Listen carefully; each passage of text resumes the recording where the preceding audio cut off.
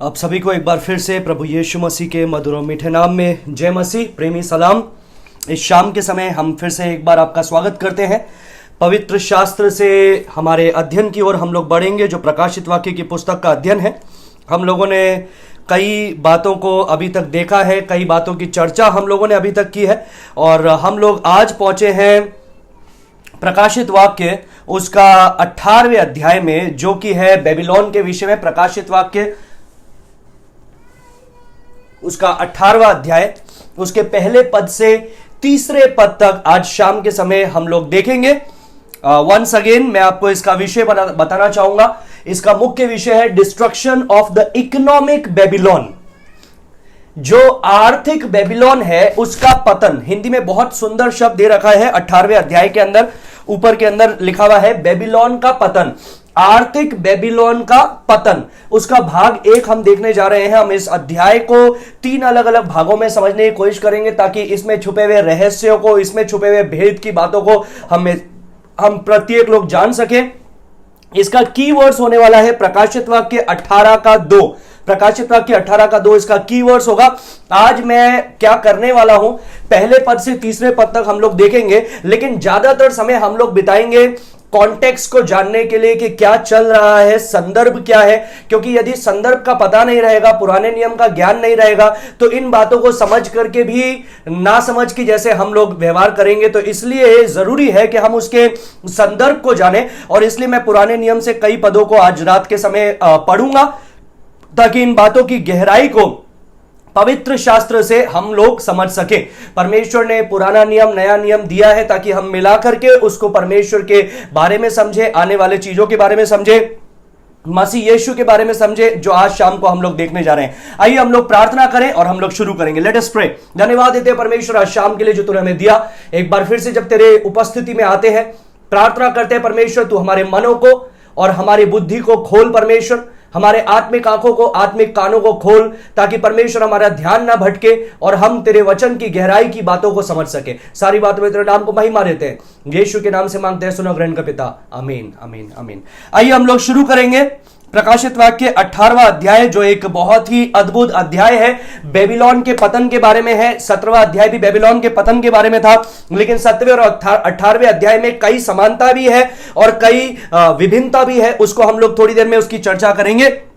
लेकिन मैं आपको बताना चाहता हूं कि 18वां अध्याय जो है, यह बेबीलोन के बारे में, या शैतान के षड्यंत्र के बारे में, या शैतान किस प्रकार से कब्जा करेगा पूरे पृथ्वी पर, और किस प्रकार से आज भी उसी रीति से वो अपने चाल को चलता है, अपने षड्यंत्र को बनाता है, उन बातों को हम लोग देखेंगे। हम सभी जितने लोग हैं, हम लोग बहुत ही क्यूरियस रहते हैं आर्थिक बातों के बारे में। जब बात होती है, तो जब भी बात होती है about economic status of our country, भले ही हमारे देश की अर्थव्यवस्था की बात हो, भले ही ग्लोबल ट्रेड की बात हो, वर्ल्ड ट्रेड की बात हो, भले ही ग्लोबल कॉमर्स हो, हम लोग हर दिन में देखते हैं कि हमारा जो रुपया है फॉरेन करेंसी के सामने वो क्या उठ रहा है कि क्या गिर रहा है, हमारा जीडीपी जो है वो क्या उठ रहा है कि क्या गिर रहा है। जो ये सारी चीजों के ऊपर हम लोग ध्यान देते हैं, फाइनेंशियल फ्यूचर के ऊपर हम लोग ध्यान देते हैं। साल के शुरू होने के साथ में, जब फाइनेंशियल ईयर शुरू होता है, हम लोग क्या करते हैं, हम लोग स्टॉक मार्केट की ओर देखते हैं, इंटरेस्ट को देखते हैं, बजट्स को हम लोग बनाते हैं, साथ में टीवी को, न्यूज को देखते हैं कि वहां पर इस साल के लिए 2020 के लिए क्या बजट आने वाला है।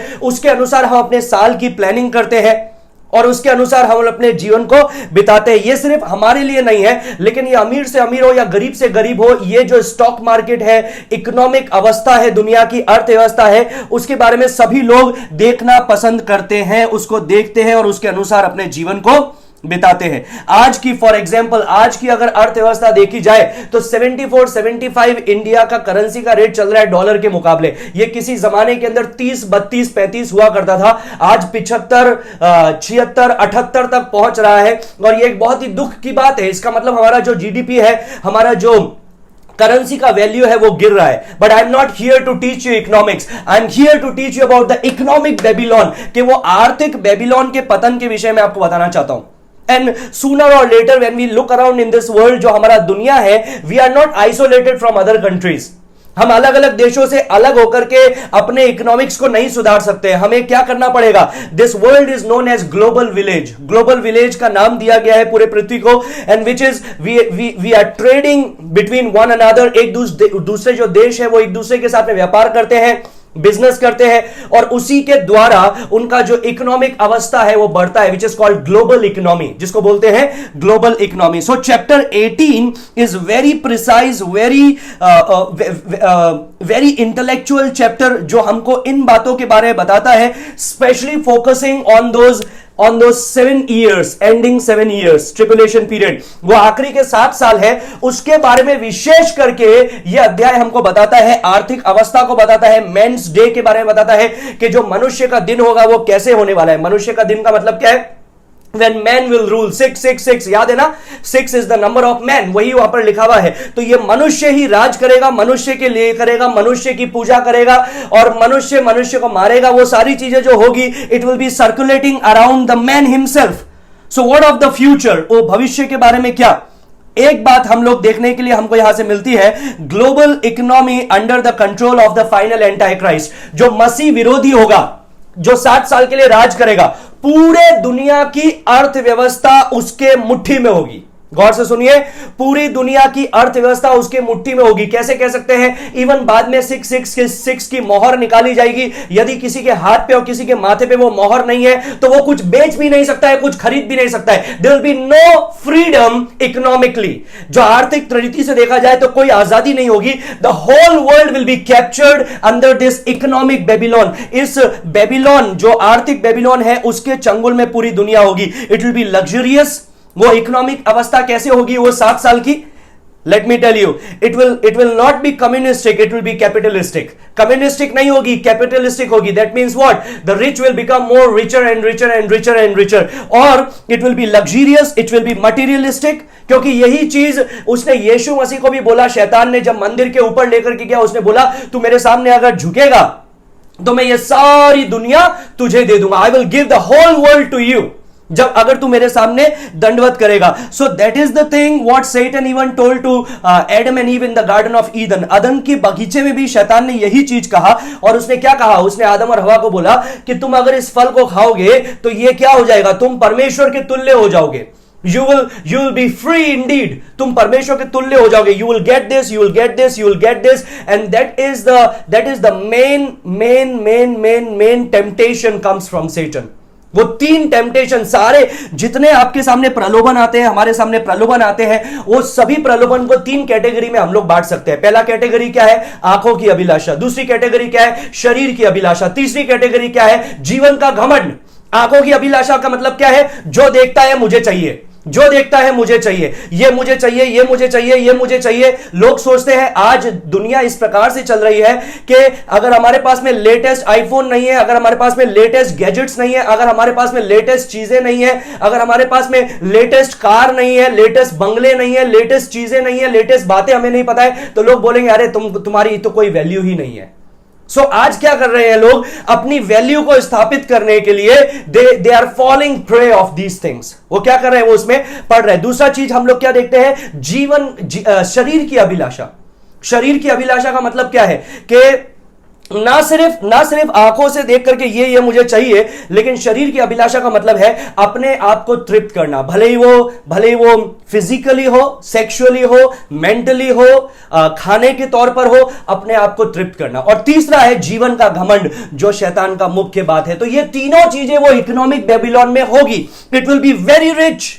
वो बहुत ही धनवान समय होगा। वो ऐसा समय होगा कि जो उस मसीह विरोधी के पीछे चलेगा, जो उस मसीह विरोधी की बातों को मानेगा, he will have everything to rule। उसके पास में सब कुछ होगा, पैसा, दौलत, शोहरत, वो सारी चीजें जो मनुष्य जो आज सोचता है, वो सारी चीजें उसके पास में होगी। The Bible teaches us that Jesus Christ, who was crucified and rose again and ascended to heaven, will return to earth one day। परमेश्वर का वचन बताता है कि यीशु मसीह जो क्रूस पे मारा गया था, गाड़ा गया था, तीसरे दिन जी उठा था, एक दिन वापस आएगा। जब वो आएगा तो वो लोगों का न्याय करने के लिए आएगा। जब वो आएगा तो पृथ्वी पर राज करने के लिए आएगा। जब वो आएगा तो राजाओं का राजा और प्रभुओं का प्रभु बनकर के आएगा। और जब वो आएगा तो वो क्या करेगा? वो अपने लोगों के साथ में 1000 साल के लिए राज करेगा। अभी मैं आपको कुछ बातों के बारे में बताना चाहता हूं। पहली बार जब यीशु आया था तो यीशु को मुकुट पहनाया गया था, लेकिन ठट्टा का मुकुट था। याद है आपको? यीशु को कांटे का मुकुट पहनाया गया था, उसके आंखों पर पट्टी बांध करके मारा गया था और फिर पूछा गया था कि किसने तुझे मारा है। उसके कपड़ों को उतार करके बांटा गया था। लेकिन जब यीशु मसीह दोबारा आएगा तो वो महिमा का मुकुट पहने हुए आएगा। जब यीशु पहली बार आया था तो उसने उस क्रूस से राज किया, उसने उस क्रूस के द्वारा राज किया, आत्मिक राज्य को अपने बनाया। लेकिन जब यीशु मसीह दोबारा आएगा वो सिंहासन के साथ में राज करेगा। जब यीशु मसीह पहली बार आया था so he ruled with a reed, लेकिन जब यीशु मसीह दूसरी बार आएगा he will rule with a rod. वो एक राजदंड के साथ में, लोहे के राजदंड के साथ में आएगा और उसके साथ में राज करेगा। सो हमें कोई गलती नहीं करना है यह समझने के लिए कि इन दिनों का अंत कैसे होगा। हां, शैतान प्रलोभित करेगा। इन दिनों में शैतान ऐसा कर देगा कि वो ऐसा बताने लग जाएगा और इस प्रकार से होने लग जाएगा कि लोग क्या करेंगे, इसकी तरफ खींचेंगे, इकोनॉमिक बेबीलोन की तरफ। लेकिन याद रखिए परमेश्वर बता रहा है उसका अंत क्या होने वाला है। चैप्टर नंबर 19 हम लोग जब देखेंगे प्रकाशित वाक्य के अंदर, that talks about the return of Jesus. वो यीशु मसीह के वापस लौटने के बारे में बताता है। 20वां अध्याय से 22वां अध्याय, 20, 21, 22 वो बताता है कि यीशु मसीह के आने के बाद में क्या होगा। आने के बाद में मतलब जब यीशु मसीह आएगा राज करने के लिए, उसके पश्चात क्या होगा। और 6ठे अध्याय से 18वें अध्याय तक बताया जाता है कि यीशु मसीह के आने से पहले क्या होगा। तो ये सारी चीजें हैं। 18वें अध्याय में हम लोग कहां पर है? हम लोग जब 18वें अध्याय के अंदर आते हैं तो हम लोग कहां पर है? हम एक्चुअली इसके अंत में है।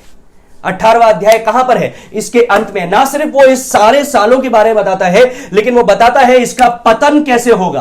क्योंकि जो पहला ही पद पढ़ेंगे 18 का 1, वहां पर क्या लिखा है, 18 का 2 क्या लिखा है? ऊंचे शब्द से उस स्वर्गदूत ने आकर के कहा, गिर गया बड़ा बेबीलोन, गिर गया है, गिर गया बड़ा बेबीलोन, गिर गया है। So it talks about the Babylon, the fall of Babylon, the destruction of Babylon, Babylon के पतन के बारे में बताया गया है। So actually it's the climax of दो 7 ईयर्स। उस 7 साल का अंत है। In the last day before the Lord returns there is a reason to be mournful। याद रखिए ये जो शुरू होता है तो ये एक बहुत ही, ये 18वां अध्याय जब हम लोग पढ़ते हैं तो इसको पढ़ने के बाद में हमको ऐसे बहुत ही मायूसी वाले शब्द को दिखाई दे रहा है, रोने के विलाप के शब्दों को दिखाई दे रहा है। और ये सही बात है, जब यीशु मसीह वापस लौटेगा दूसरे आगमन के अंदर तो ये दुख उठाने का समय होगा, ये विलाप करने का समय होगा। क्योंकि शैतान पूरे पृथ्वी पर राज किया, सारे लोगों को के ऊपर राज किया और उसने स्वर्ग को, आकाश को भी कब्जा करके रखा था। नॉट स्वर्ग, आकाश को भी कब्जा करके रखा था। वहां से उसको फेंका गया। वो अपने करोड़ों करोड़ों दुष्टात्माओं के साथ में राज कर रहा है। उसके 2 विशेष लोग, मसीह विरोधी, झूठा भविष्यवक्ता, उसके साथ में वो 7 साल के लिए पृथ्वी पर राज कर रहा है। लेकिन इस सब का अंत होने वाला है। इस सब का अंत 19वें अध्याय में है। इनफैक्ट 18वें अध्याय में उसके बारे में बताया गया है। वो सारी कोशिश करता है परमेश्वर के राज्य को रोकने के लिए, वो सारी कोशिश कर रहा है यीशु मसीह के राज्य को रोकने के लिए। ये 60 साल के अंदर जो दुष्टता आज है, ये 60 साल में चरम सीमा पर होगी दुष्टता। ये 60 साल के अंदर पाप चरम सीमा पे होगा। ये 60 साल के अंदर परमेश्वर के प्रति विद्रोह जो मनुष्य करेगा वो चरम सीमा पर होगा। ये 60 साल के अंदर परमेश्वर का न्याय भी चरम सीमा पे होगा। इवन चैप्टर नंबर 16 वर्स 11, 16 का 11 में हम लोग जब पढ़ते हैं वहां पर लिखा है, लोगों ने स्वर्ग के परमेश्वर की निंदा की। 16 का 21 में लिखा है, मनुष्य ने परमेश्वर की निंदा की, परमेश्वर के बारे में बुरा बोला। यह कैसा समय होने वाला है? यह वो समय भी होगा जब परमेश्वर का अनुग्रह परमेश्वर दिखाएगा। कैसे? प्रचारकों को रख करके, प्रचारकों को रख करके 1,44,000 यहूदी लोगों को प्रचारक करके रखा। वो 2 गवाहों को प्रचारक करके रखा। वो आकाश में उड़ने वाले स्वर्गदूतों को प्रचारक करके रखा। जितने यहूदी लोग यीशु को स्वीकार कर रहे हैं वो प्रचार कर रहे हैं। जितने बाकी अन्य जाति के लोग यीशु को स्वीकार कर रहे हैं वे प्रचार कर रहे हैं। तो ये एक ऐसा समय होने वाला है जब शैतान अपने पूरे जोर पर होगा, परमेश्वर का दंड पूरे जोर पर होगा, लेकिन सुसमाचार का फैलना भी पूरे जोर पर होगा। And we call this time the great tribulation. हम इस समय को क्या बोलते हैं? क्लेश का समय या महाक्लेश का समय, जो आखिरी के 3.5 साल है। So chapter number 18 chapter number 18 के अंदर जब हम लोग आते हैं, it refers to the ending period. ये 3.5 साल का अंत के बारे में बताता है, उसके पतन के बारे में बताता है। Now there is a difference between chapter number 17, chapter number 18। Chapter number 17 में हम लोगों ने देखा था रिलीजियस सिस्टम को, हम लोगों ने देखा था धार्मिक प्रणाली को, जिसको क्या बोला गया है, one world government, one world religion. लेकिन चैप्टर नंबर 18 के अंदर जो हम लोग देख रहे हैं, we are seeing economic Babylon और वन वर्ल्ड गवर्नमेंट को हम लोग देख रहे हैं। एक पृथ्वी का एक गवर्नमेंट या सरकार या राज को हम लोग देख रहे हैं, शैतान के राज्य को देख रहे हैं। 17वें अध्याय के अंदर क्या लिखा गया है बेबीलोन को? उसमें लिखा गया था मिस्ट्री बेबीलोन। क्या बोला गया था? भेद बड़ा बेबीलोन, मिस्ट्री बेबीलोन। लेकिन चैप्टर नंबर 18 में जब हम लोग आते हैं, यहां पर लिखा है बड़ा बेबीलोन, भेद बेबीलोन, बड़ा Babylon, mystery Babylon, Babylon the great. So what is the common thing between chapter 17 and 18? 17वां और 18वें अध्याय के बेबीलोन में समानता क्या है? गौर से सुनिएगा, ये बहुत जरूरी बातें हैं। समानता यह है, दोनों का सेम नाम है, बेबीलोन उनका नाम है। दोनों का सेम पावर के द्वारा चलाया जा रहा है, जो शैतान का सामर्थ्य है। दोनों के ऊपर जो राज करने वाला है वो मसीह विरोधी है। दोनों के अंदर क्या हो रहा है? जो पाप है वो राज कर रहा है, परमेश्वर के नाम की निंदा हो रही है। दोनों ही अध्यायों के अंदर क्या हो रहा है? भले वो रिलीजियस बेबीलोन हो या इकोनॉमिक बेबीलोन हो, धर्म का बेबीलोन हो या फिर अर्थशास्त्र का बेबीलोन हो, वो परमेश्वर के लोगों से घृणा करते हैं, परमेश्वर के लोगों के लहू को पीते हैं, और दोनों के अंदर ही fornication is going on. Fornication means what? परास्त्री गमन। और परस्त्री गमन का मतलब क्या है? परमेश्वर के विरुद्ध वे लोग जा रहे हैं, और दोनों के ऊपर न्याय भी आता है परमेश्वर का, परमेश्वर उसको नाश करता है। But there is a difference between chapter 17 and chapter 18। 17वें अध्याय का बेबीलोन जो मिस्ट्री बेबीलोन है, भेद बेबीलोन, और 18वें अध्याय का बेबीलोन जो बड़ा बेबीलोन है, इस दोनों में अंतर भी है। क्या अंतर है? जो रिलीजियस बेबीलोन है उसका नाम क्या था, आपको याद है? Mystery Babylon the great, the mother of harlots and abomination of the earth. 17वें अध्याय का 5वें पद को याद रखिएगा, उसका नाम क्या है? हालांकि बहुत फैंसी नाम दिया जाएगा, वन वर्ल्ड रिलीजन या रिलीजन ऑफ पीस, शांति का धर्म, या ऐसा करके कुछ बहुत ही ऐसा नाम दिया जाएगा जो आकर्षक नाम है, जिससे लोग उसकी ओर खींचेंगे। लेकिन परमेश्वर ने उसको जो नाम दिया है वो क्या है? बेबीलोन, पृथ्वी की वेश्या और घृणित वस्तुओं की मां। ये क्या है? पृथ्वी की वेश्या और घृणित वस्तुओं की मां। लेकिन 18वें अध्याय में जो बेबीलोन है उसको नाम दिया गया है बेबीलोन द ग्रेट। जो ग्रेट शब्द है वो लिखा है मेगास, यूनानी भाषा है मेगास, विच मीन्स भव्य, बड़ा बेबीलोन। दोनों के अंदर क्या अंतर है? एक को एक स्त्री के द्वारा बताया गया है जो एक पशु पर बैठी है, लेकिन दूसरे 18वें अध्याय के अंदर किसके अंदर वो क्या बताया गया है? एक नगर बताया गया है, बड़ा बेबीलोन जो एक नगर है। 17वें अध्याय में जब हम लोग देखते हैं तो वहां पर बेबीलोन को एक वेश्याओं की माता कहा गया है। 18वें अध्याय में जो बेबीलोन को देख रहे हैं वो अर्थशास्त्र के आधार पर या गवर्नमेंट आधार पर वो दुनिया पर राज करने वाला होगा। Market place, mighty city, great city, ये इस प्रकार के नाम आप यहां पर सुनेंगे। इवन बर्निंग सिटी, जलने वाला, जलता हुआ शहर, ये ऐसे ऐसे शब्द आपको सुनने के लिए मिलेंगे। 17वें अध्याय में जो बेबीलोन को हम लोग देख रहे हैं, that is religious Abomination. Religious Abomination मतलब क्या है? धार्मिक घृणित वस्तु। लेकिन 18वें अध्याय में जब हम लोग देखते हैं, we are going to see a city of chapter number 18 which is abominable because of its system of commerce। उसका जो आर्थिक व्यवस्था के कारण या उसके साम्राज्य के कारण वो घृणित है। सो दोनों ही अलग बातें भी है, विभिन्नता भी है और समान चीजें भी है। So I want to emphasise that Babylon of chapter number 17 that is religious and Babylon of chapter number 18 that is commerce। 17वें अध्याय के अंदर जो बेबीलोन है वो धर्म के रीति से है या धार्मिक बेबीलोन जिसे बोलना चाहिए। 18वें अध्याय में जो बेबीलोन है वो आर्थिक बेबीलोन जिसे बोलना चाहिए। और ये दोनों साथ साथ राज करेंगे। ये 7 साल के अंदर जब शुरू होगा ये दोनों साथ साथ राज करेंगे। लेकिन क्या होगा? ये दोनों राज कर रहे हैं, पहला पशु और दूसरा पशु। पहला पशु ने क्या बनाया? First beast. फर्स्ट बीस्ट कौन है? मैं लिख करके समझाऊंगा ताकि आपको पता चले। जो है मसीह विरोधी, एंटाई क्राइस्ट, मसीह विरोधी, या उसको सूडो क्राइस्ट भी बोला गया है, मतलब झूठा मसीह या ढोंग रचने वाला मसीह या नकली मसीह। और second beast which is who? False prophet. जो कौन है? झूठा भविष्यवक्ता। अभी जो मसीह विरोधी है वो मेन है, वही राज करेगा। ये फॉल्स प्रॉफिट उसको राज करने के लिए मदद करेगा, झूठा भविष्यवक्ता उसको राज करने के लिए मदद करेगा। अभी क्या हो रहा है, झूठे भविष्यवक्ता और मसीह विरोधी ये दोनों ने साथ साथ में राज शुरू किया। जो मसीह विरोधी है वो इकोनॉमिक के आधार पर या फिर राजनीतिक आधारों पर या आर्थिक आधारों पर वो राज कर रहा है पृथ्वी पर, और ये जो झूठा भविष्यवक्ता है ये आत्मिक चीजों पर राज कर रहा है। He has made a new religion which is one world religion. उसने एक धर्म बनाया जिसको बोलते हैं एक पृथ्वी का एक धर्म। तो वो धर्म बनाया, लेकिन क्या होगा, ये जैसे ही 3.5 साल पार होंगे, ये जो झूठा भविष्यवक्ता और मसीह विरोधी है, ये मसीह विरोधी ये धर्म को नाश कर देगा और मरने का ढोंग रचाएगा, और झूठा भविष्यवक्ता उसको प्राण फूंक करके जीवित करेगा और फिर पृथ्वी के लोगों से उसकी आराधना कराएगा। So by the middle portion of this 7 years, पहले 3.5 साल जब खत्म होंगे तो वो जो झूठा धर्म शुरू किया गया था वो नाश कर दिया जाएगा, और अब एक ही धर्म बचेगा। वो क्या है, मसीह विरोधी की पूजा करना एज गॉड, उसको परमेश्वर का दर्जा देते हुए।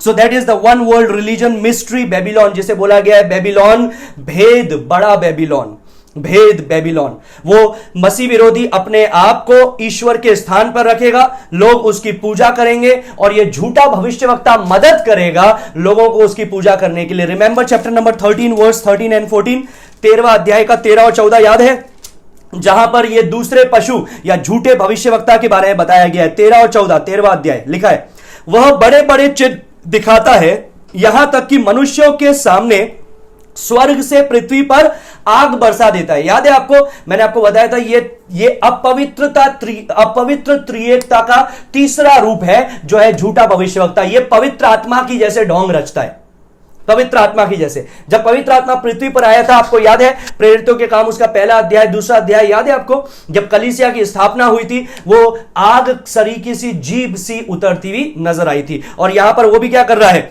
वो भी आकाश से आग उतार रहा है। फिर लिखा है 14वें पद में, उन चिन्हों के कारण जिन्हें उस पशु के सामने दिखाने का अधिकार उसे दिया गया है। उस पशु के सामने, एंटी क्राइस्ट के सामने उसको अधिकार दिया गया ये चिन्ह दिखाने के लिए। वह पृथ्वी के रहने वालों को भरमाता था और पृथ्वी के रहने वालों से कहता था कि जिस पशु के तलवार लगी थी वो जी गया है, उसकी मूर्ति बनाओ। तो क्या हो रहा है, तो सारी पृथ्वी के लोग ये मसीह विरोधी की पूजा कर रहे हैं। Why I am saying all these things? You will understand in a while. थोड़ी देर में आपको समझ में आएगा ये सारी चीजें मैं क्यों बोल रहा हूं। ये मसीह विरोधी क्या कर रहा है, मसीह विरोधी दुनिया पर राज कर रहा है, सरकार चला रहा है, अर्थशास्त्र की दृष्टि से राज कर रहा है, वो सारी चीजों के अंदर पृथ्वी पर कब्जा करके बैठा है, और झूठा भविष्यवक्ता उसको मदद कर रहा है वो बातों को करने के लिए। So chapter number 18 now unfolds the destruction of economic Babylon. ये 18वां अध्याय जो है वो आर्थिक बेबीलोन के पतन के बारे में आपको और मुझे बताता है, आर्थिक बेबीलोन के पतन के बारे में। Now you have to understand something quite remarkable. कुछ विशेष बातों को आपको समझना जरूरी है। हम लोगों ने मसीह विरोधी के शक्ति के बारे में बात किया, मसीह विरोधी के सामर्थ्य के बारे में बात किया, लेकिन मैं आपको यह बताना चाहूंगा, he will be a really really really really and really powerful man. आप जितना सोच सकते हैं, कई लोगों ने बोला जो जॉर्ज बुश था, जॉर्ज डब्ल्यू बुश, वो एंटी क्राइस्ट है। कई लोगों ने बोला बराक ओबामा एंटी क्राइस्ट है। कई लोगों ने बोला ये व्यक्ति एंटी क्राइस्ट है, वो व्यक्ति एंटी क्राइस्ट है। लेकिन याद रखिए, एंटी क्राइस्ट जो होगा, जो मसीह विरोधी आएगा, जो प्रकट होगा कलीसिया के उठाने के बाद में, वो ऐसा व्यक्ति होगा कि उसके समान शक्तिशाली, उसके समान अक्लमंद, उसके समान चालाक, धूर्त और सारे पृथ्वी पर राज्य करने वाला और कोई भी नहीं होगा। इतना शक्तिशाली है कि उसने सारी पृथ्वी के राज्यों को एक करके उस पे राज कर रहा है। यह आसान बात नहीं है। भारत को भी एक करके उसके ऊपर राज करना बहुत मुश्किल है। तो सोचिए, दुनिया में कितने देश हैं जो अलग अलग भाषाओं को बोलने वाले हैं, जो जिसमें अलग अलग भाषाएं चलती है। वो किस प्रकार से वो अपनी अकल के द्वारा, शैतान के शक्ति के द्वारा, वो किस प्रकार से पूरी दुनिया को एक करेगा, दुनिया के सारे लीडर्स का, राजाओं का, प्राइम मिनिस्टर, प्रेसिडेंट का कॉन्फिडेंस जीतेगा, और शैतान की सहायता से, दुष्ट आत्मा के सामर्थ्य के द्वारा वो सबसे बुरे समय के अंदर दुनिया को एक करने का काम करेगा। अब मैं सबसे बुरा समय क्यों बोल रहा हूं? 7 साल याद है आपको, परमेश्वर की ओर से भी प्रलय के पे प्रलय आ रहे हैं। 6ठे अध्याय से हम लोगों ने देखा था 7 मोहरों को खुलते हुए देख, फिर उसके बाद में 8वें अध्याय में देखा 7वीं मोहर के द्वारा 7 तुरही को बजते हुए देखा, और फिर हम लोगों ने 16वें अध्याय में देखा 7वीं तुरही के द्वारा 7 कटोरे के न्याय को उतरते हुए देखा। और ऐसे समय के अंदर ये मसीह विरोधी पूरी दुनिया को एक करके, सारे राजाओं को एक करके उसके ऊपर राज्य करने का काम करेगा। By the way, he is demon possessed and the demons are strengthening him। दुष्ट आत्माएं उसको सामर्थ्य दे रही है और वो खुद भी दुष्ट आत्मा ग्रसित है। चैप्टर नंबर 9 आपको याद है, दुष्ट आत्माएं जो अधोलोक से, अथाह कुंड से निकाली गई, वो इसको मदद करेगी। फिर आपको याद है जो 4 दुष्टात्माएं फुरात नदी पर बंद थी, वो 20 करोड़ और दुष्टात्माओं के साथ में इसकी सहायता करेगी। आकाश में जितनी दुष्टात्माएं थी उनको जब फेंक दिया जाएगा, 12वें अध्याय में आपको याद है जब स्वर्गदूतों ने, मिकाएल ने और उसके स्वर्गदूतों ने इनसे युद्ध किया, शैतान और उसकी दुष्टात्माओं से उसको पृथ्वी पर फेंक दिया, वे भी उसकी सहायता करेगी। यह सिर्फ वो वैसा समय नहीं होगा, लेकिन यह परमेश्वर के प्रलय का भी समय होगा। 1/3 समुद्र नाश हो गया, 1/3 पीने लायक जल नाश हो गया, 1/3 सूरज और चांद नाश हो गया, आकाश से जो तारे हैं वो पृथ्वी पर गिरने लगे। ये एक बहुत ही ऐसा समय होगा कि दिन रात हो जाएगा, रात दिन हो जाएगी, ना उजाला होगा और अंधकार ही अंधकार चारों तरफ छाया हुआ रहेगा। ये भयजनक एक समय होने वाला है। ये परमेश्वर का ऐसा समय होने वाला है जब परमेश्वर पृथ्वी पर एक के बाद में एक न्याय करेगा। समुद्र लहू में बदल जाएगा। फ्रेश वाटर, पीने लायक जो बाकी पानी था, जो 1/3 पानी तो नष्ट हो गया था, बाकी जो पानी था वो भी क्या हो जाएगा, वो भी लहू में बदल जाएगा। सूरज की गर्मी इतनी ज्यादा होगी कि लोगों की चमड़ी जल जल करके, पिघल पिघल करके निकलने लगेगी। उनकी जुबान मुंह में रखी रखी पिघलने लगेगी, कीड़े पड़ने लगेंगे, सड़ने लगेंगे और सर से लेकर के पैर तक वो पूरी रीति से वो उस फोड़ों के अंदर भर जाएंगे। साथ में वो दुष्टात्माएं जो अथाह कुंड से निकलती थी वो 5 महीने तक इन लोगों को सताएगी। और इन सब के बीच में मसीह विरोधी का राज्य कैसा होगा आपको पता है? आइए देखते हैं 18 का 12 और 13। इन सब के बीच में, इन सारी महामारियों के बीच में मसीह विरोधी का राज 12 और 13 में लिखा गया है। अर्थात सोना और चांदी और रत्न और मोती और मलमल और बैंजनी और रेशमी और लाल रंग के कपड़े और हर प्रकार का सुगंधित काठ और हाथी दांत की हर प्रकार की वस्तुएं और बहुमूल्य काठ और पीतल और लोहे और संगमरमर कि सब भांति की वस्तुएं और दालचीनी और मसाले और धूप, इत्र, लोबान, मदिरा, तेल, मैदा, गेहूं, गाय बैल, भेड़ बकरियां, घोड़े, रथ और दास और मनुष्य के प्राण, एंड व्हाट नॉट। ऐसा उसका राज होने वाला है। In the midst of the worst time of human history, मनुष्य के इतिहास के सबसे बुरे समय के अंदर, उसका राज्य के अंदर ये सब चीजें होने वाली है। ये सब चीजें उसके राज्य में होने वाली है। आर्थिक दृष्टि से वो गरीब नहीं होगा, आर्थिक दृष्टि से जितना धनवान हो सकता है उससे ज्यादा धनवान होगा। He will be a flourishing kingdom, he will have a flourishing kingdom. उसकी ऐसा राज्य होगा जो बहुतायत का राज्य है। किस समय के अंदर? वो कटोरों के न्याय उतर रहे हैं, वो सारी चीजें उतर रही है, वो दुष्ट आत्माएं निकल रही है, वो तुरही बज रही है, और ऐसे समय के अंदर इसका ऐसा राज होगा जो एकदम फ्लरिशिंग, बहुतायत का सब चीज होगा उसके पास में। Verse number 17 talks of his great wealth. 17वें पद में भी उसके बारे में बताया गया है, उसके धनवान दृष्टि के बारे में बताया गया है, उसके धन दौलत के बारे में बताया गया है। इनफैक्ट चैप्टर नंबर 8, जब 8वां अध्याय जब आप देखेंगे, जब तुरही का न्याय हो रहा है, 9वां अध्याय में जब आप देखेंगे दुष्टात्मा से उसको सामर्थ्य मिल रहा है।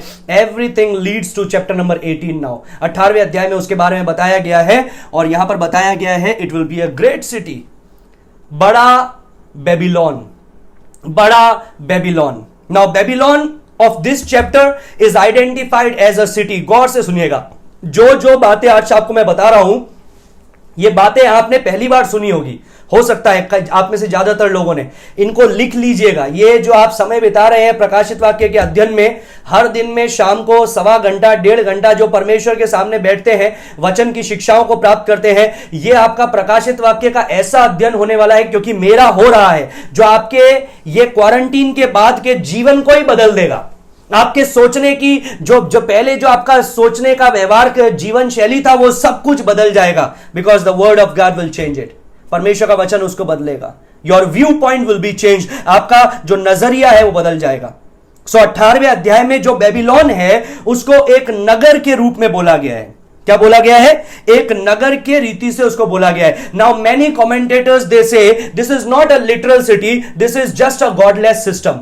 कई कमेंटेटर्स ये बोलते हैं और कई प्रचारकों को आप ये बोलते हुए सुनेंगे 18वें अध्याय का जो बेबीलोन है ये एक नगर की बात नहीं हो रही है, लेकिन ये किसकी बात हो रही है?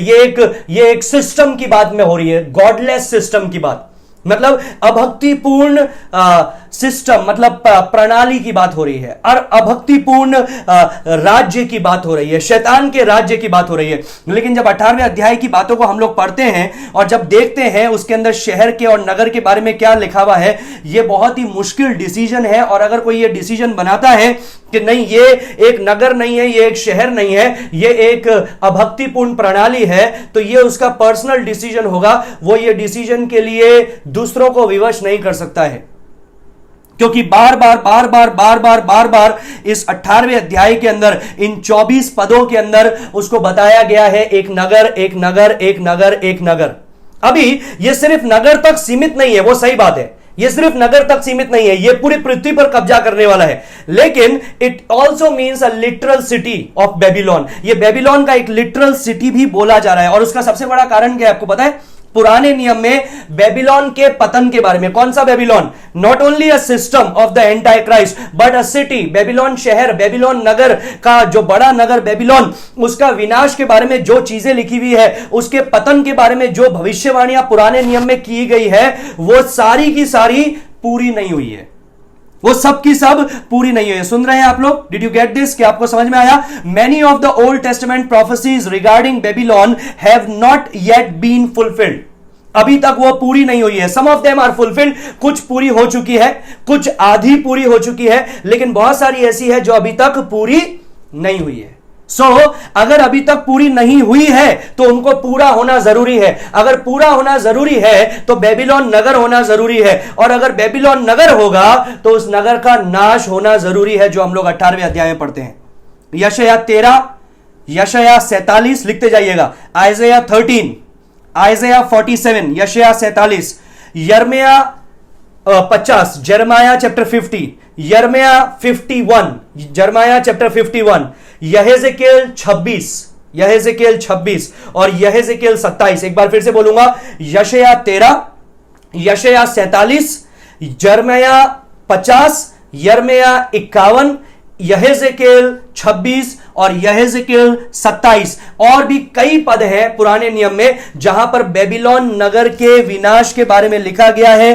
बेबीलोन का विनाश किस प्रकार से होगा उन चीजों के बारे में लिखा गया है, बातों के बारे में लिखा गया है, और उनमें से ज्यादातर जो है अभी तक पूरी नहीं हुई है। इसलिए बहुत सारे स्कॉलर्स, बाइबल के जो शास्त्री हैं, वो ये मानते हैं कि एक दिन आएगा जब जो मसीह विरोधी जब राज करेगा तो बेबीलोन बनाया जाएगा फिर से। क्योंकि मैंने आपको बताया था बेबीलोन मुख्य जगह है, मुख्य एक स्थान है जहां से शैतान ने पहले से राज करता आया है, और वहां पर ही वो अपना अंतिम सिंहासन भी बनाएगा। For example let's go to Isaiah chapter 13, यशायाह 13, सब में नहीं पढ़ाऊंगा लेकिन यशायाह 13 का 9 और 10 पढ़ेंगे। यशायाह 13 उसका 9 और 10 क्या लिखा है देखते हैं। देखो ये जो यशायाह 13 है उसके ऊपर में आपका सब टाइटल्स लिखा हुआ है, उसका शीर्षक लिखा गया है परमेश्वर बेबीलोन को दंड देगा। ये वास्तविक बेबीलोन के बारे में लिखा गया है। और 9 और 10 में जब हम लोग पढ़ते हैं, इट टेल्स अस, देखो यहोवा का वो दिन रोष और क्रोध और निर्दयता के साथ आता है कि वो पृथ्वी को उजाड़ डाले और पापियों को उसमें से नष्ट करे, क्योंकि आकाश के तारागण और बड़े बड़े नक्षत्र अपना प्रकाश न देंगे। सूर्य उदय होते होते अंधेरा हो जाएगा और चंद्रमा अपना प्रकाश ना देगा। Now when you read this, it seems like the book of Revelation, right? जब आप इसको पढ़ते हैं तो इसमें जो जो बातें लिखी गई है वो चीजें हमको किसकी ओर लेकर के जाती है? प्रकाशित वाक्य के यीशु के अंतिम दिन के बारे में लेकर के जाती है। 11-12 पढ़ेंगे। मैं जगत के लोगों को उनकी बुराई के कारण और दुष्टों को उनके अधर्म का दंड दूंगा। मैं अभिमानियों को अभिमान का नाश करूंगा और उपद्रव करने वालों के घमंड को तोड़ूंगा। मैं मनुष्य को कुंदन से और आदमी को ओपीर के सोने से भी अधिक महंगा करूंगा।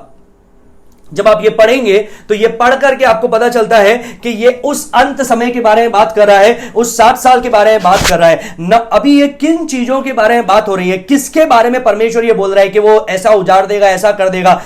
13:1 में लिखा है, बेबीलोन के विषय भारी भविष्यवाणी जिसको आमोस के पुत्र यशाया ने दर्शन में पाया।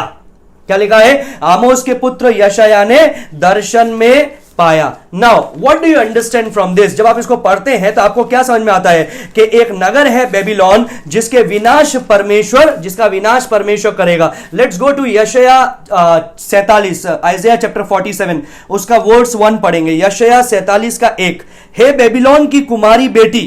क्या लिखा है? हे बेबीलोन की कुमारी बेटी। तो यह किससे कहा गया है? एक नगर से कहा गया है जो बेबीलोन का नगर है। यह बेबीलोन का दंड इसके ऊपर शीर्षक लिखा गया है। इसका 7 और 8 पढ़ेंगे। तूने कहा मैं सर्वदा स्वामिन बनी रहूंगी, इसलिए तूने अपने मन में इन बातों पर विचार न किया और यह भी न सोचा कि उनका क्या फल होगा। इसलिए सुन, तू जो राग रंग में उलझी हुई निडर बैठी रहती है और मन में कहती है कि मैं ही हूं और मुझे छोड़ कोई और दूसरा नहीं, मैं विधवा के समान ना बैठूंगी और ना मेरे बाल बच्चे मिटेंगे। ये बाल बच्चे का मतलब क्या है? ये वो लोग जो उस बेबीलोन के नगर की ओर देखते हैं, उससे जन्मे हैं। वर्स नंबर 9 to 11, 9 से 11 पढ़ूंगा।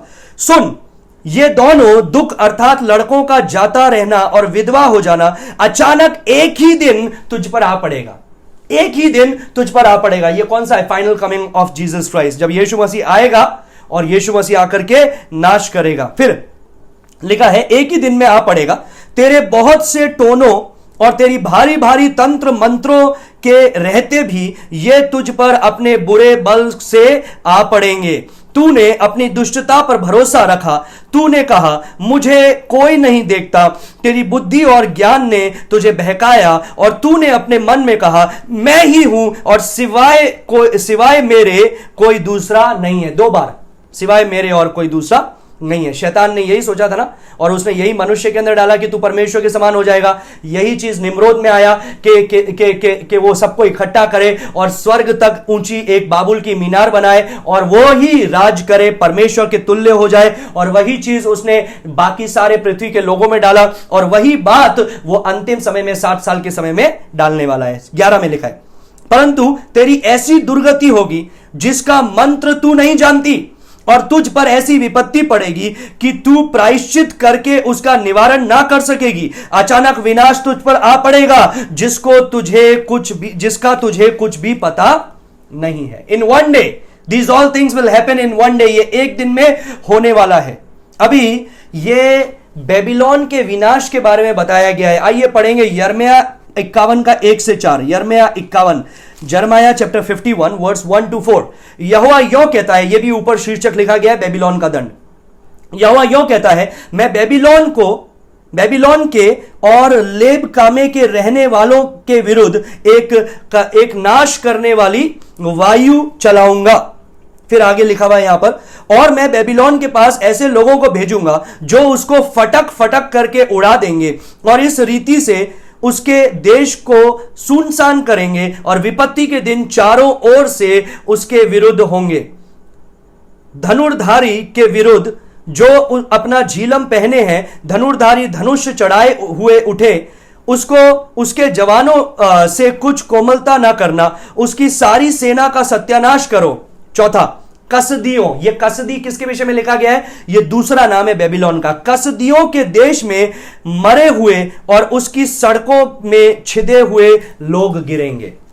This talks about the destruction of the great Babylon. उस बेबीलोन, महान बेबीलोन के विनाश के बारे में लिखा है। इसी अध्याय का 40 से 45 तक भी पढ़ना चाहूंगा, 42-45। यह भी ऊपर में शीर्षक लिखा गया है बेबीलोन का पतन, बेबीलोन की दशा। 40, मैं उनको भेड़ों के बच्चों और मेढ़ों और बकरों के बच्चों के समान घात करा दूंगा। शेषक जिसका एक और, ये बेबीलोन का एक और नाम है, शेशक, जिसकी प्रशंसा सारी पृथ्वी पर होती है, कैसे ले लिया गया? क्यों होगा? क्योंकि शैतान उस स्थान से पूरे पृथ्वी पर राज करेगा। पूरी पृथ्वी बेबीलोन की शोभा को देखेगी, उसकी अर्थव्यवस्था को देखेगी, जो अभी अभी मैंने आपको 18वें अध्याय से पढ़ के बताया कि सोना चांदी ऐसी कोई वस्तु नहीं है जो उसके पास में नहीं होगा, सारी बहुमूल्य वस्तु होगी, सारे बहुमूल्य मसाले होंगे, किसी चीज की कमी नहीं होगी, तो सारे लोग उसकी ओर देखेंगे और उसकी जय जयकार करेंगे। तो यहां पर 41 में लिखा गया है, जिसकी प्रशंसा सारी पृथ्वी पर होती है, कैसे ले लिया गया? वह कैसे पकड़ा गया? बेबीलोन जातियों के बीच कैसे सुनसान हो गया? 42, बेबीलोन के ऊपर समुद्र चढ़ आया, वह उसकी बहुत सी लहरों में डूब गया, उसके नगर उजड़ गए, उसका देश निर्जन और निर्लज हो गया, उसमें कोई मनुष्य नहीं रहता और उससे होकर कोई आदमी नहीं चलता। 44, मैं बेबीलोन में बेल को दंड दूंगा और उसने जो कुछ निगल लिया है वह उसके मुंह से उगलवाऊंगा। जातियों के लोग फिर उसकी ओर ताता बांधे हुए ना चलेंगे।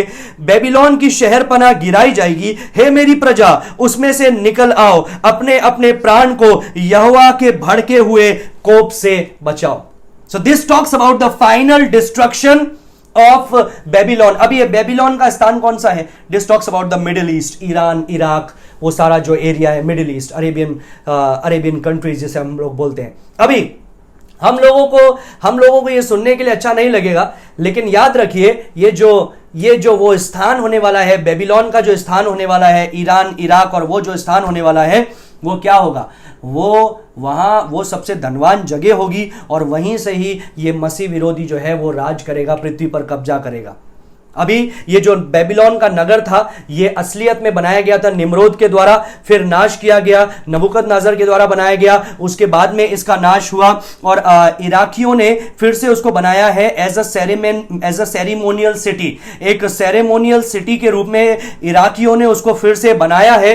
और आर्नोल्ड टोनबी, जो मैंने आपको कल भी परसों ही बताया था मेरे ख्याल से, जो एक इतिहासकारी है, उसने क्या बोला? उसने इस प्रकार से बोला कि Babylon will become the world's natural population center because of its perfect location at the very heart of the crossroad of the continents of Asia, Europe and Africa। उसने क्या बोला? इतिहासकारी ने बोला कि बेबीलोन एक दिन पूरी दुनिया का एक पॉपुलेशन सेंटर बनेगा, मतलब वहां से ये सारी अर्थव्यवस्था चलाई जाएगी। क्यों चलाई जाएगी? क्योंकि वो परफेक्ट एक लोकेशन है जो Asia, Africa, Europe, east, west, north, south के का क्रॉस रोड पे बसा गया है। मेजर 3 कॉन्टिनेंट्स के ऊपर वो बसा गया है। So it is reasonable to understand chapter number 18 in the book of Revelation। जब हम प्रकाशित वाक्य के 18वें अध्याय में पढ़ते हैं तो ये रीजनेबल है ये समझना कि हाँ बेबीलोन बनाया जाएगा जो एक नगर होगा। यही भविष्यवाणी परमेश्वर ने, यही दर्शन यशायाह को दिया, यिर्मयाह को दिया, यहेजकेल को दिया, और यही दर्शन परमेश्वर यूहन्ना को भी बता रहा है। It will be the capital city of the antichrist world rule. Masih विरोधी का दुनिया पर राज करने का कैपिटल सिटी होगा। It is then not just a city but more than a city. वो सिर्फ एक नगर नहीं होगा, लेकिन वो नगर से भी बड़ा होगा। It will be the character of the age of antichrist. Masih विरोधी का जो 7 साल का युग होगा, 7 साल का युग होगा, उसका ये चरित्र होगा। क्या चरित्र होगा? Babylon the great. ये बेबीलोन नगर भी होगा, लेकिन नगर तक सीमित नहीं होगा, लेकिन ये उससे बड़ा होगा। अभी 18वें अध्याय में जो आप वार्निंग पढ़ रहे हो उसके गिरावट की या उसके पतन की, वो पहली बार नहीं पढ़ी है। 14वें अध्याय के 8वें पद में भी वही वार्निंग लिखी गई है।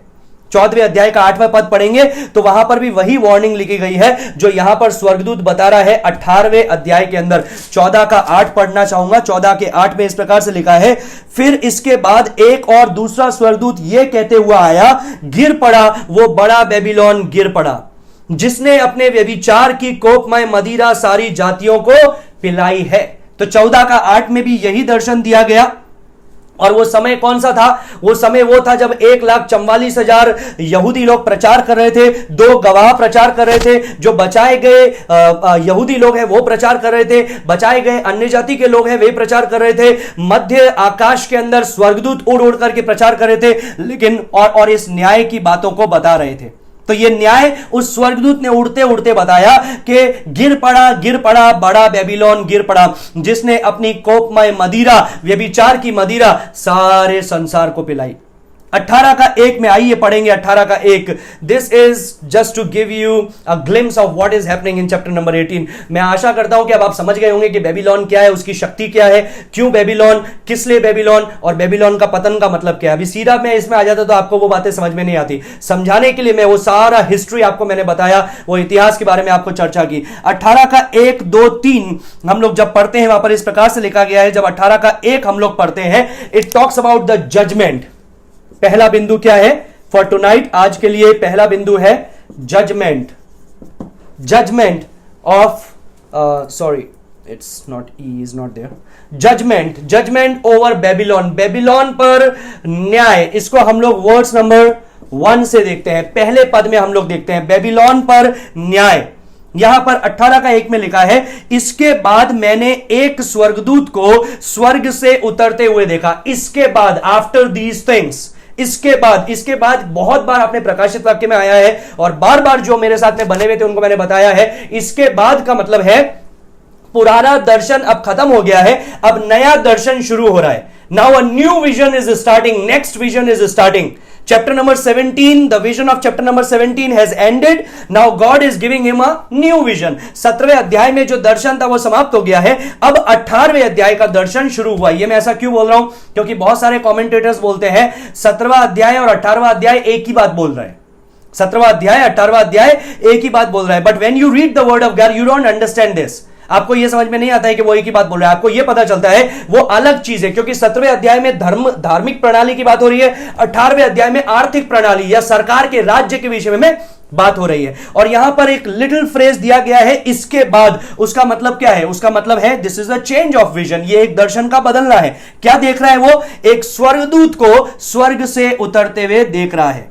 एक स्वर्गदूत को स्वर्ग से उतरते हुए देख रहा है। By the way, chapter number 17 का 1 में भी एक स्वर्गदूत को देखा था, 17 का 7 में भी स्वर्गदूत को देखा था, 17 का 15 में भी स्वर्गदूत को देखा था, और 18 का 1 में भी स्वर्गदूत को देख रहा है। But this is another angel. ये एक और स्वर्गदूत है, एक दूसरा स्वर्गदूत है। कई लोग बोलते हैं ये 18वां अध्याय में जो ये स्वर्गदूत है ये यीशु मसीह है। That is not what is saying.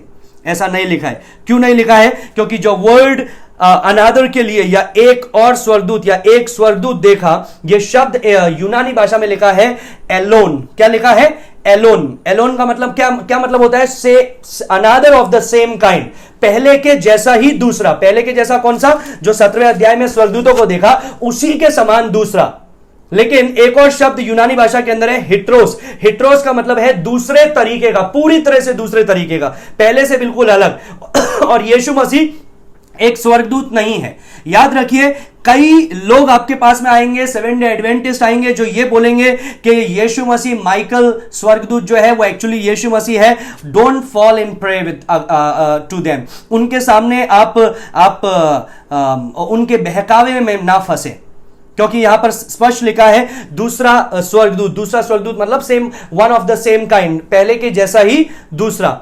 और 14 का 18 में मैंने आपको बताया, ये स्वर्गदूत ने पहले भी बोल दिया, हो सकता है यही स्वर्गदूत हो जो 14 का 8 के अंदर जिसने चिल्ला चिल्ला के बोला था बेबीलोन का नाश हुआ, बेबीलोन का नाश हुआ, बेबीलोन गिर गया, पतन हो गया। वही हो सकता है, वही स्वर्गदूत यहां पर भी इस बातों को बोल रहा है। लेकिन यहां पर जो यह स्वर्गदूत बोल रहा है यह बहुत ही शक्तिशाली स्वर्गदूत है। क्यों शक्तिशाली है? मैं आपको क्विकली 3 बातें बताना चाहूंगा इस स्वर्गदूत के शक्तिशाली होने के पीछे। पहला है उसका अधिकार। पहला है अथॉरिटी, इसका अधिकार। अब अधिकार कहां पर लिखा गया है? अधिकार लिखा गया है 18 का 1 में, जिसे बड़ा अधिकार प्राप्त था और पृथ्वी उसके तेज से चमक उठी। क्या लिखा है? उसको एक बड़ा अधिकार प्राप्त था। अगर उसके अधिकार को, उसके सामर्थ्य को देखना चाहोगे तो 18 का 21 में पढ़ेंगे, वहां पर लिखा है, फिर एक बलवंत स्वर्गदूत ने बड़ी चक्की के पाट के समान एक पत्थर उठाया और यह कहकर समुद्र में फेंक दिया, बड़ा नगर बेबीलोन ऐसे ही बड़े बल से गिराया जाएगा और फिर कभी उसका पता ना चलेगा। So it's a powerful angel. ये शक्तिशाली अधिकारमय स्वर्गदूत है, क्योंकि ये परमेश्वर की उपस्थिति से आ रहा है। ये स्वर्ग से उतरते हुए वो उसको देख रहा है। दूसरा, क्यों शक्तिशाली स्वर्गदूत है? दूसरा कारण है दूसरा कारण है उसका तेज और हिज ग्लोरी। हिंदी में लिखा है उसके चमक से, उसके तेज से, चमक से पूरी पृथ्वी क्या हो गई? पूरी पृथ्वी चमक उठी। That is the illumination. उसका तेज इतना बड़ा था कि सारी पृथ्वी उससे चमक उठी। Now if you go back to chapter number 16 verse 10, अगर 16 का 10 में आप पढ़ेंगे तो वहां पर पढ़ने के लिए बोल रहा है, पांचवें स्वर्गदूत ने अपना कटोरा उस पशु के सिंहासन पर उंडेल दिया और उसका राज्य में अंधेरा छा गया। उसके राज्य में अंधेरा छा गया। तो यह कैसा समय होने वाला है? अंधकारमय समय होने वाला है, जहां पर बेबीलोन के पूरे राज्य में, ना सिर्फ नगर में लेकिन पूरे राज्य में, शैतान के पूरे राज्य में अंधकार ही अंधकार छाया हुआ है। बेबीलोन में अंधकार है, पृथ्वी में अंधकार है, सूरज की रोशनी नहीं चमक रही है, चारों तरफ अंधकार ही अंधकार है। और ऐसे समय में परमेश्वर का स्वर्गीय रोशनी जल रही है, और वो स्वर्गीय रोशनी किसके कारण है? इस स्वर्गदूत के तेज के कारण है। इस स्वर्गदूत के तेज के कारण वो रोशनी है। लेकिन ये जो रोशनी स्वर्ग से प्रकट हो रही है, ये जो तेज स्वर्ग से प्रकट हो रहा है, ये क्या का तेज है? ये न्याय का, दंड का तेज है। सोचिए, जब चारों तरफ अंधेरा छाया हुआ होगा, ऊपर से एक स्वर्गदूत लोगों को उतरता हुआ दिखेगा, या एक रोशनी दिखेगी जो पूरे पृथ्वी को जगमगा देगी। लेकिन वो जो प्रकाश है वो परमेश्वर की महिमा, परमेश्वर का न्याय का प्रकाश है, जिसको पूरी दुनिया देखेगी। तीसरा चीज इसको देखते हैं, इसकी शक्ति, क्यों ये शक्तिशाली है। वर्स नंबर 2 के अंदर लिखा हुआ है, दूसरे पद में लिखा हुआ है, वो ऊंचे शब्द से पुकार करके कहा, माइटी वॉइस, माइटी वॉइस।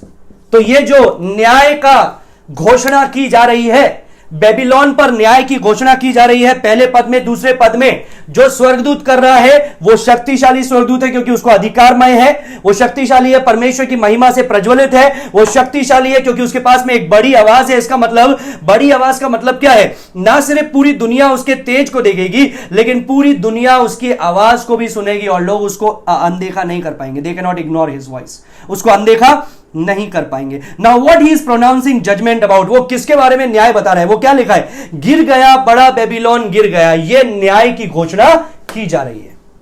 एक का एक और दो का ए लिखूंगा मैं, दो का ए। न्याय की घोषणा की जा रही है। और न्याय की घोषणा क्या है? कि ये जो अंधकार के अंदर प्रकाश अचानक से प्रज्वलित हो गया, तो ये जो रिलीफ है, this is the relief, this will turn into terror. ये एक जो लोगों को थोड़ी शांति मिली, ओ थोड़ा तो उजाला हुआ, ये किसकी घोषणा है? ये टेरर की, या फिर जो आने वाले प्रलय की घोषणा है। These words are identical to chapter number 14 verse 8। 14 का 8 में भी ऐसा ही लिखा है। यशाया 21 का 9 में भी ऐसा ही लिखा गया। तो परमेश्वर पूरे पवित्र शास्त्र से हमको इन बातों के बारे में बता रहा है।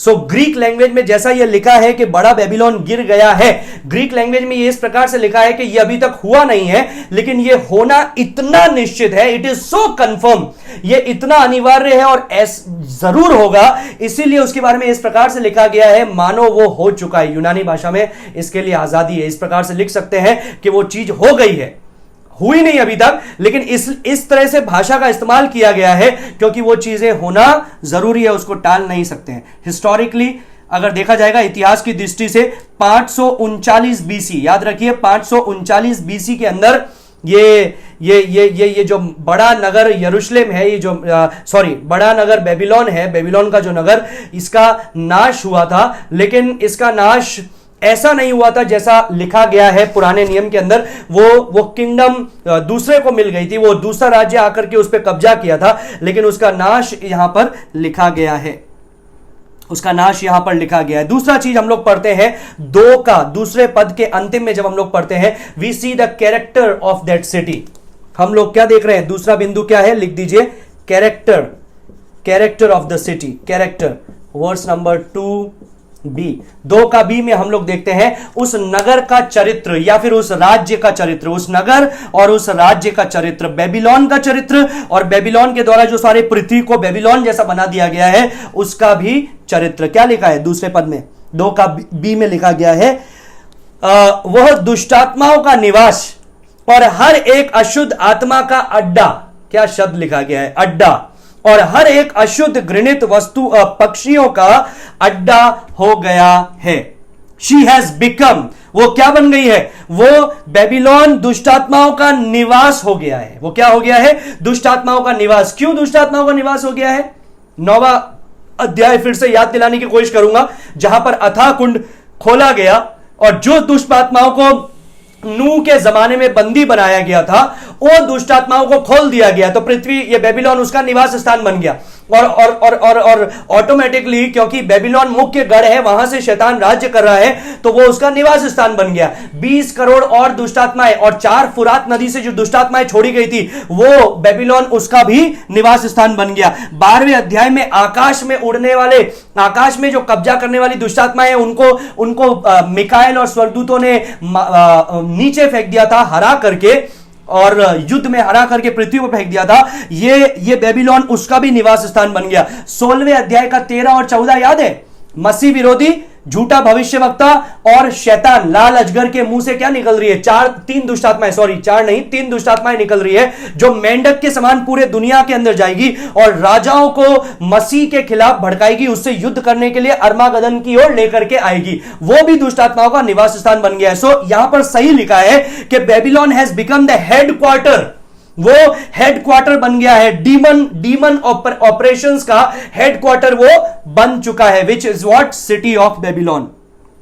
और यहां पर एक और बात लिखा है, हर एक अशुद्ध आत्मा का अड्डा। ये जो अड्डा शब्द है, एक्चुअली में ग्रीक भाषा में लिखा है फुलाके, विच मींस प्रिजन।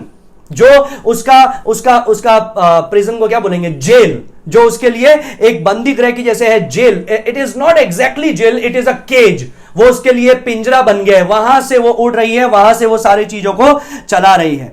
अभी यूहन्ना ने सिर्फ इतना नहीं लिखा, उसने ये भी लिखा है कि हर एक अशुद्ध और घृणित पक्षियों का भी अड्डा बन गया है।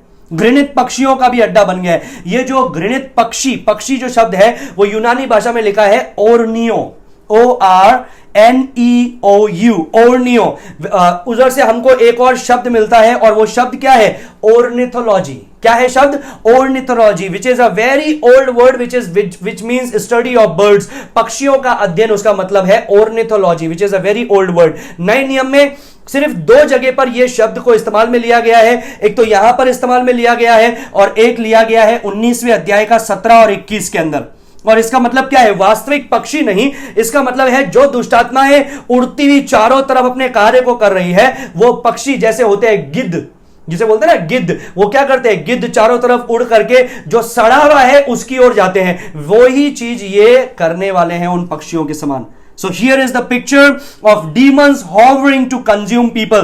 जैसे गिद्ध उड़ते रहते हैं लोगों को नाश करने के लिए, जो मरे हुए हैं उसको खाने के लिए, उसका नाश करने के लिए, वैसे ही ये दुष्ट आत्माएं उड़ रही है लोगों का नाश करने के लिए। Satan has given him his wings। वो वहां से शैतान ने उसको अपने पंख दिए हैं, मतलब शैतान की तरफ से उसको छूट है और वो सारी चीजों को कर रहे हैं। So worldwide influence. Ultimately verse number 3 के अंदर हम लोग तीसरा पद देख करके आज शाम को समाप्त करेंगे, which is the influence of this city. Influence, verse number 3। 3 बातें आज शाम को हम लोगों ने देखा। जजमेंट ओवर दिस सिटी, ये बेबीलोन नगर पे और बेबीलोन का पूरा जो दुनिया पे राज चल रहा है उसका न्याय। दूसरा चीज हम लोगों ने देखा उसका शहर का, बेबीलोन नगर का और उसके राज्य का कैरेक्टर, चरित्र। और तीसरा चीज इन्फ्लुएंस, उसका प्रभाव। तीसरे पद में उसका प्रभाव लिखा है, क्योंकि उसके व्यभिचार की भयानक मदिरा के कारण सब जातियां गिर गई है और पृथ्वी के राजाओं ने उसके साथ व्यभिचार किया है, और पृथ्वी के व्यापारी उसके सुख विलास की बहुतायत के कारण धनवान हुए हैं। So this Babylonian system of influence, it will be a commercial system। वो एक आर्थिक या कॉमर्शियल सिस्टम होने वाला है। ना सिर्फ लोग उसकी पूजा कर रहे हैं, ना सिर्फ दुष्टात्मा ग्रसित ये मसीह विरोधी राज कर रहा है, लेकिन इसका जो मसीह विरोधी का जो इन्फ्लुएंस है, it is worldwide and it is actually materialistic insensibility. Materialistic insensibility, इसका मतलब क्या है कि ये भौतिक बातों की ओर लोगों को ध्यान खींचेगा, भौतिक चीजों की ओर लोगों का ध्यान खींचेगा। Materialistic, Isn't it? Are we becoming more and more materialistic today? क्या हम और ज्यादा materialistic नहीं होते जा रहे हैं? Even Christians, even I'm sad to say, even Christian pastors, मसीही pastors भी have become more and more materialistic. All their prayers, all their preaching, all their ministry, it is not ministry, it has become ministry. वो ministry बन चुकी है. Money money money money money money money, ये इधर आ जाओ, इधर दे दो, इधर दे दो, इधर दे दो, everything money, and they will pray only for money. वो लोगों के लिए जब प्रार्थना कर रहे हैं और जो लोग उनकी तरफ जा रहे हैं वो भी यही प्रार्थना है, अरे मेरी आर्थिक स्थिति के लिए प्रार्थना कर दो, बिजनेस के लिए प्रार्थना कर दो. Know spiritual prayer request. आत्मिक प्रार्थना निवेदन तो है ही नहीं. मेरे बच्चों के लिए प्रार्थना करो ताकि वो प्रभु को जाने, ऐसा नहीं है. क्या है? और मेरे बच्चों के लिए प्रार्थना करो उनको अच्छी नौकरी मिल जाए, बड़ी नौकरी मिल जाए. Right? We have become more and more materialistic today. आज क्या हो रहा है? आज वो मटेरियलिस्टिक की चीजों की ओर हम लोग खींचते जा रहे हैं. The preachers have become more and more materialistic, और यही चीज के, यही इंफ्लुएंस की ओर शैतान खींचने वाला है, वो मसीह विरोधी के द्वारा. मटेरियलिस्टिक चीजों को दिखा करके, दुनिया के ऐशो आराम को दिखा करके, दुनिया के सुख विलास, भोग विलास को दिखा करके लोगों को खींचेगा. And people will indulge in the bed of Babylon. लोग क्या करेंगे?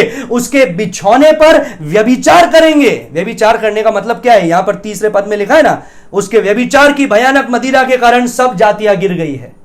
व्यभिचार की मदिरा लोग पिएंगे, उस तरफ आएंगे, उस तरफ खींचेंगे. It will become, it's going to be the world's wealth centre.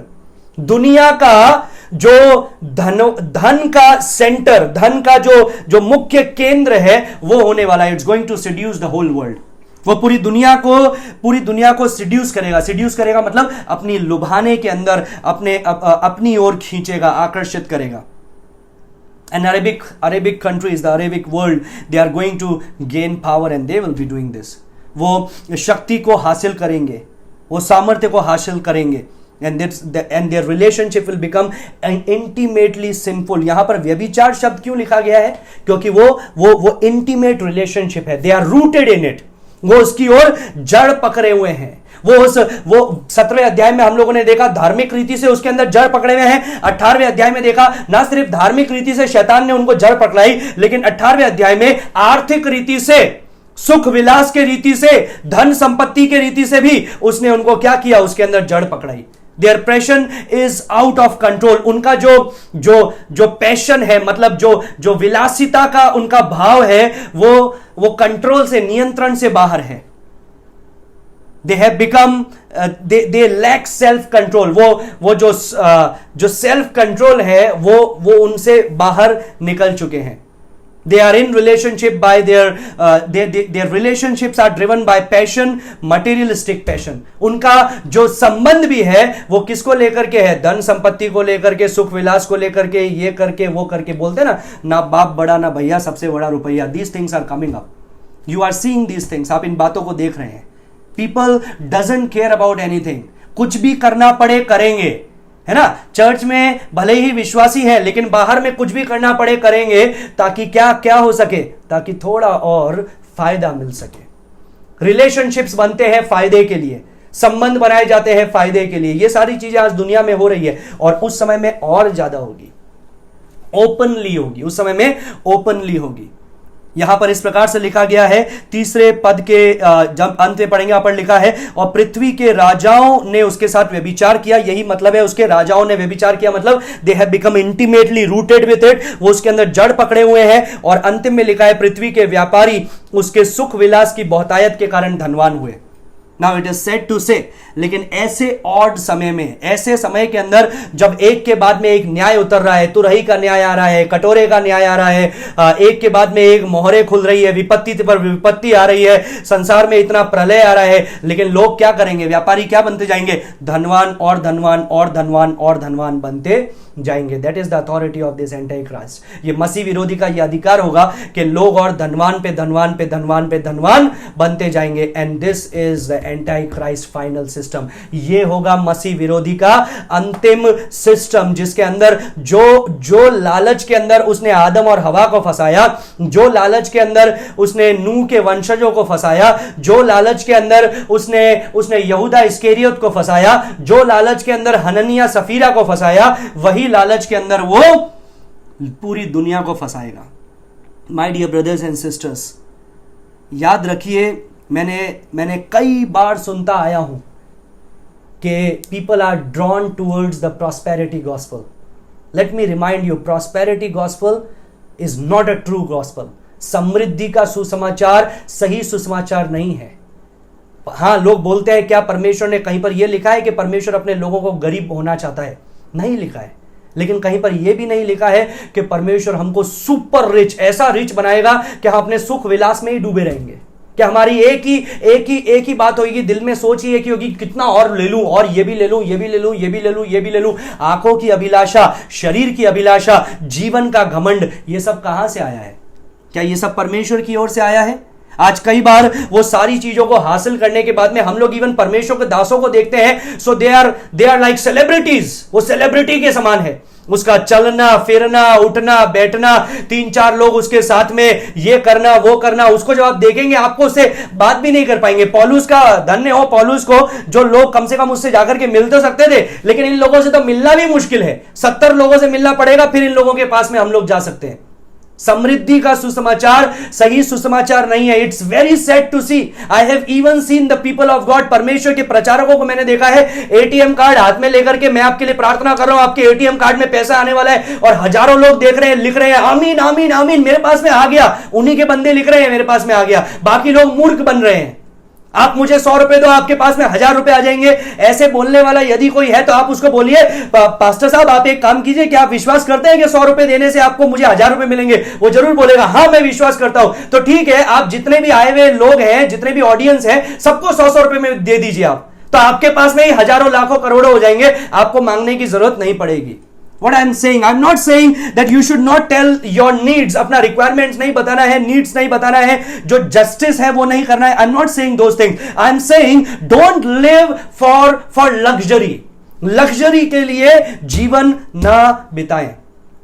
Now what's the point of saying all these things? परमेश्वर ने ये सारी चीजों को हमें क्यों बताया? ये 18वें अध्याय में ये सारी बातों को क्यों बताया है? I'll give you multiple reasons and then I'll conclude. मैं आपको कारण बताऊंगा कि क्यों परमेश्वर ये सारी चीजें बता रहा है, फिर मैं कंक्लूड करूंगा। सबसे पहले to give you confidence of whatever is happening in the world, in the end Jesus Christ has already triumphed.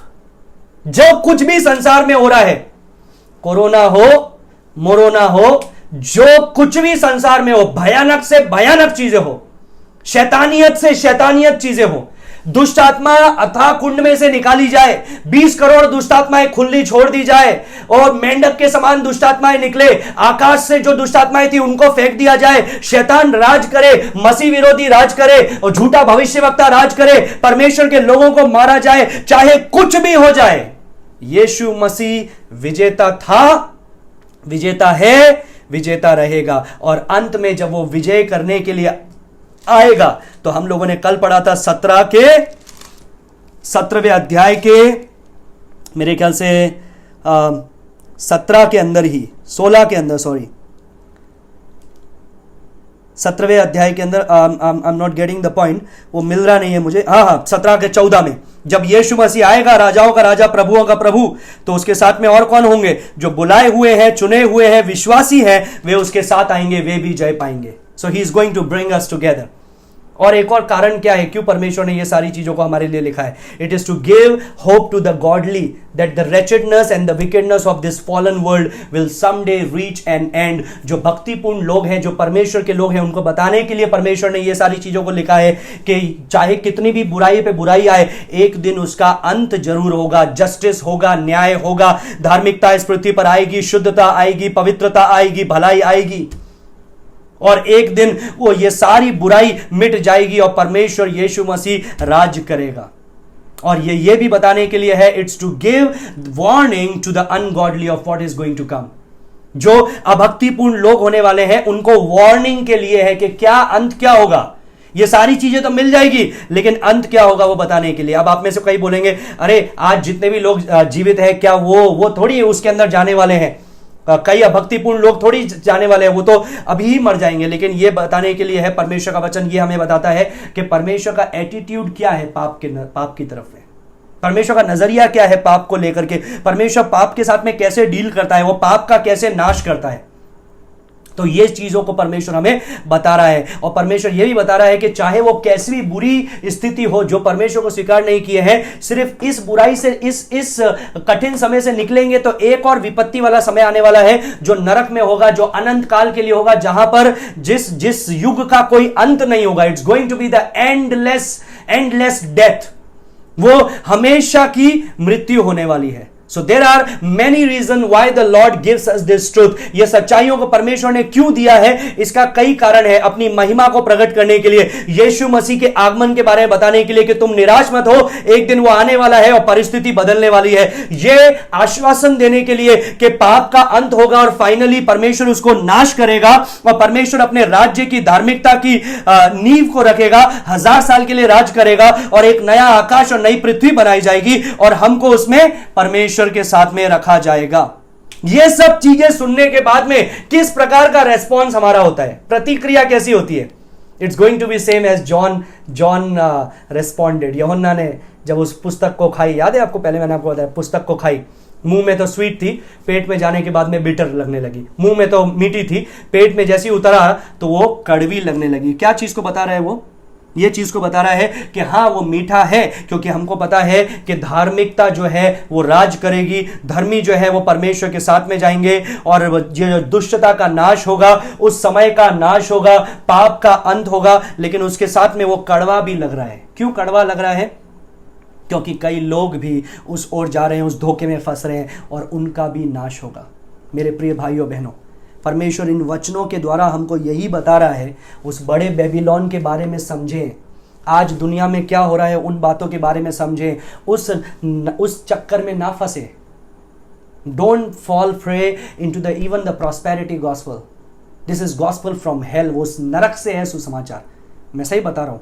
Prosperity gospel, it's not a biblical gospel. Yeshu Masih ने यह कभी नहीं बोला कि तुम मेरे पीछे होना चाहो तो अपनी बड़ी बड़ी गाड़ियों को लेकर के, बंगले को लेकर के, सब कुछ लेकर के मेरे पीछे आ जाओ। यीशु मसीह ने बोला यदि तुम मेरे पीछे होना चाहो तो तुम अपने आप को तिरस्कार करो, अपने क्रूस को उठाओ और मेरे पीछे हो लो। तो क्या इसका मतलब ये है कि हमारे पास में गाड़ी नहीं होना चाहिए, अच्छा घर नहीं होना चाहिए, अच्छी चीजें नहीं होना चाहिए, अच्छा मोबाइल नहीं होना चाहिए? आई am not saying those things, लेकिन आई एम सेइंग कि आपका दिल में एक ही इच्छा नहीं होना चाहिए, वो भौतिकता भौतिकता भौतिकता भौतिकता भौतिकता, materialism. That will be the city of Babylon, and that will be the kingdom of Babylon. That will be a satanic kingdom of Antichrist. परमेश्वर इन वचनों के द्वारा आपको आशीष दे। कल हम लोग कुछ और बातों को देखने वाले हैं और परसों हम लोग इस अध्याय का अंत करने वाले हैं। 24 पद है और फिर हम लोग जल्दी से 19वें अध्याय में जाएंगे, जो हमको यीशु मसीह के आगमन के बारे में बताता है। You have already bear so much of bad news. बुरे संदेश बहुत ही आपने सुन लिए, लेकिन उस बुराई के अंदर ही परमेश्वर ने अच्छाई को बताया। जिस प्रकार से आज परमेश्वर ने बताया कि क्यों परमेश्वर ने ये सारी चीज़ों को हमारे लिए लिखा है। कई लोग बोलते हैं ना, हम तो उस समय में होने वाले ही नहीं है, तो हमारे लिए क्या फ़ायदा है ये सब जान करके? हमारे लिए इसलिए फ़ायदा है वो सारे कारण जो मैंने आपको बताया। दूसरों के साथ में भी शेयर कीजिए, बांटिए, दूसरों को भी आशीष पाने दीजिए। परमेश्वर इन वचनों के द्वारा आप में से प्रत्येक को आशीष दे। Late us pray. धन्यवाद देते हैं परमेश्वर इस समय के लिए जो तूने हमें दिया। एक बार फिर से अपने जीवनों को आपके हाथ में समर्पित करते हैं। जितनी चीज़ें, जितनी सच्चाइयों को आपने अपने वचन से हमको सिखाया, होने दे प्रभु कि उसके अनुसार हम अपने जीवन को बिताने पाए। होने दे प्रभु कि हम उस शैतान के बातों में ना फंसे, उसके ढोंग में ना फंसे, लेकिन होने दे प्रभु कि हम तेरे संतान के अनुसार अपने जीवन को बिताने पाए। सारी बातों में तेरे नाम को महिमा देते हैं। यीशु नासरी के नाम से मांगते हैं, सुनो ग्रहण कर पिता। आमीन आमीन आमीन। परमेश्वर इन वचनों के द्वारा आप में से प्रत्येक को आशीष दें। God bless you. Thank you.